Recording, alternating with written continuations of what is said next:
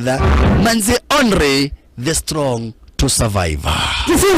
Na nyakati ni za usiku. Lakini hapa basi jamaa wetu amedeclare this time around. Huku Kimora anasema Mungu amenipa nguvu na akanipa kila kitu. Lakini mbona wewe kupea sura mzuri? Kiasi kwamba mpaka unapendwa. Lakini jamaa wetu anamwambia mimi si nilikufanya stara kama hiyo. Sio mimi nilikwambia basi ukatafuta madhahabu. Kwa hivyo sioni basi kwa nini kuwe na ugomvi kati yangu na mimi na wewe. Lakini juu umedeclare the war, basi katambe nani. Enjo kwa dinga stara kama hiyo. Kumbe kuna watu fulani hapa wako karibu kuteketea kwa gari na wanaomba usaidizi. Kuna watu wako kwa gari manzina wanaomba usaidizi. Jamaa wetu alichomoa daga, gaidi pia akachomoa daga.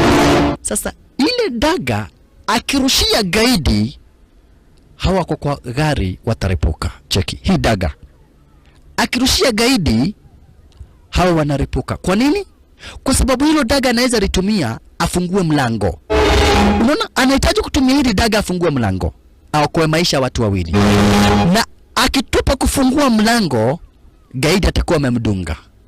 Sasa ajitolee adungwe ama wale watu wakufe. Mwanzo akirusha afungue mlango, kisu cha magaidi cha gaidi kitamwingi. Kwa hivyo yale ambao kufungua mlango ili hawa chomoke. Lakini kurusha basi kumbe naye Manzi alimweka kwa maisha yake. Kurusha Manzi akaingia. Kisu kampita kwa bega. Kikachomokea upande mwingine. Sasa pia Kimoda alikasirika. Oye my dear. Manzi kwa maisha ya Aaron Kwak. Na Aaron Kwak kwa maisha ya watu kwanza ambao walikuwa wengi hata sio wawili, ya watu wengi. Sasa naye Kimoda akakasirika. Venye ninapenda hako kademu nikaguse ulolo. Venye ninapenda hako kademu nikaguse ulolo. Sasa nako kana kwa maisha ya mtu mwingine ati they live together or die together. Lele si ujika. Na mimi nakapenda.